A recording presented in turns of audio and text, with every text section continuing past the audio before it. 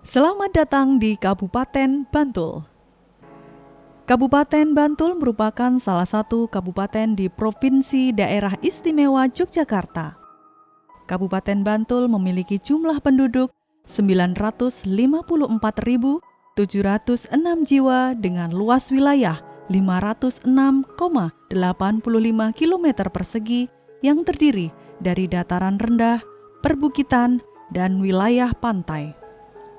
Dataran rendah dengan hamparan sawah yang subur menjadikan pertanian sebagai salah satu sektor yang cukup besar pengaruhnya terhadap PDRB Kabupaten Bantul, serta menjadi salah satu mata pencaharian pokok sebagian besar masyarakat di Kabupaten Bantul.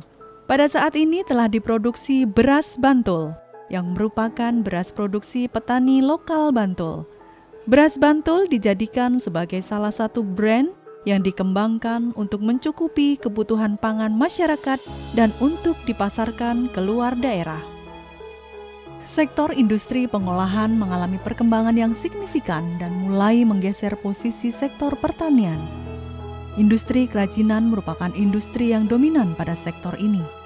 70% kerajinan di daerah istimewa Yogyakarta berasal dari Bantul.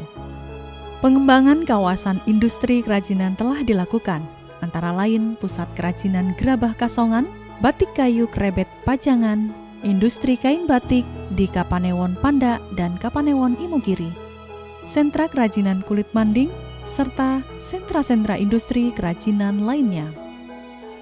Kabupaten Bantul yang diberkahi dengan keindahan alam, objek-objek wisata alam dikelola secara bijak dengan sinergi antara pemerintah daerah dan masyarakat.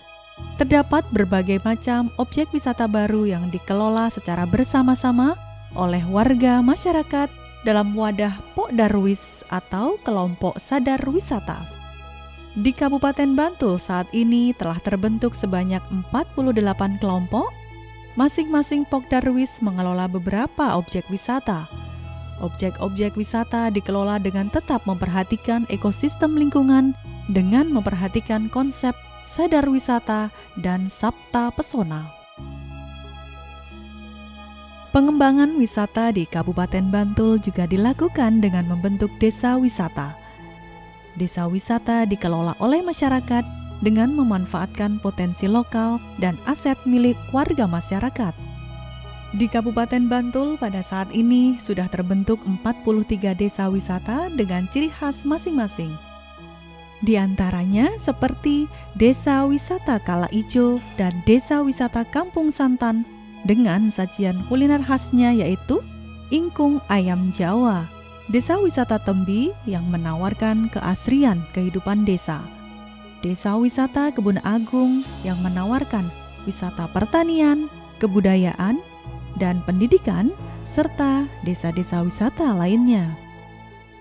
Pandemi COVID-19 yang melanda memberikan pukulan yang berat bagi sektor pariwisata. Berbagai upaya dan kebijakan yang dilakukan antara lain pembukaan objek wisata dengan penerapan protokol kesehatan yang ketat, penetapan travel pattern untuk menjamin penyelenggaraan lokawisata yang sehat.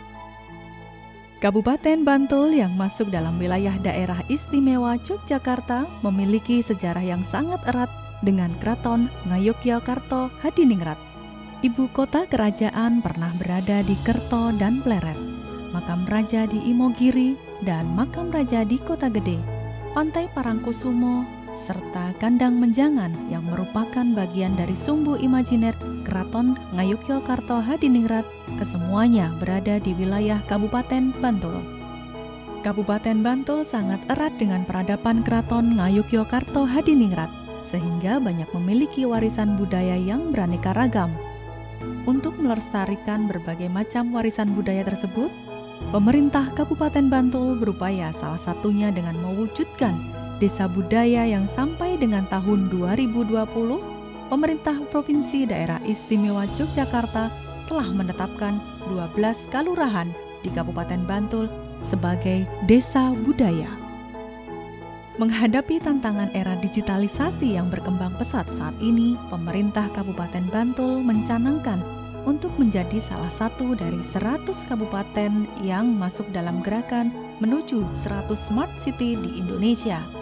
Terdapat 6 dimensi dalam Master Plan Smart City, yaitu Smart Governance, Smart Economy, Smart Living, Smart Society, Smart Branding, dan Smart Environment. Berbagai macam program dan kebijakan untuk mendukung tercapainya Smart City antara lain pembangunan dan integrasi aplikasi dalam penyelenggaraan pemerintah, pelayanan langsung kepada masyarakat, serta berbagai macam aplikasi yang dapat dipakai oleh masyarakat untuk mengembangkan usaha. Selain itu, juga dilakukan pembangunan infrastruktur TI yang meliputi sarana pusat data Bantul Common Center, serta jaringan baik berupa fiber optik maupun radio wireless. Pasardesa.id merupakan salah satu aplikasi yang lahir pada saat pandemi COVID-19 melanda. Aplikasi ini pada mulanya berfungsi untuk memfasilitasi masyarakat dalam membelanjakan uang bantuan dari pemerintah akibat pandemi COVID-19. Pasar desa yang diinisiasi oleh pemerintah Kalurahan Panggung-Harjo ini telah direplikasi pada 4 kalurahan lainnya di Kabupaten Bantul.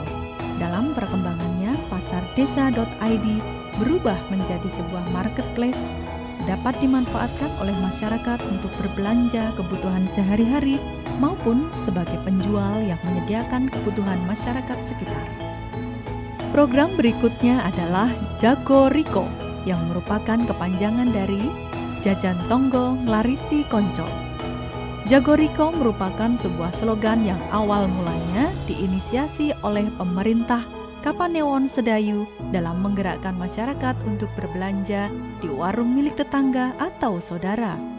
Dengan gerakan sederhana ini memiliki dampak berkembangnya usaha masyarakat dikarenakan perputaran uang terjadi dengan lebih terbatas pada masing-masing wilayah. Terdapat juga salah satu program baru yang menjadi program strategis Kabupaten Bantul, yaitu kebijakan bantuan dana 50 juta untuk setiap padukuhan. Kebijakan ini diyakini akan mampu mewujudkan pemerataan pembangunan di seluruh wilayah serta menjadi daya ungkit bagi 933 padukuhan se-Kabupaten Bantul untuk secara masif bergerak maju bersama-sama menggapai kesejahteraan. Program ini diusung dengan skema Community Based Development. Adapun benefit dari program ini adalah munculnya kreativitas warga masyarakat serta timbulnya rasa memiliki dan tanggung jawab dalam membangun wilayahnya masing-masing. Dengan demikian akan mampu tercapai sebuah pembangunan yang berkelanjutan di seluruh wilayah Kabupaten Bantul. Dalam perkembangannya, anggaran tersebut dapat disesuaikan dengan kondisi masing-masing padukuhan, di antaranya untuk pembangunan infrastruktur, program tumbuh kembang anak, kesehatan, ataupun penanganan sampah.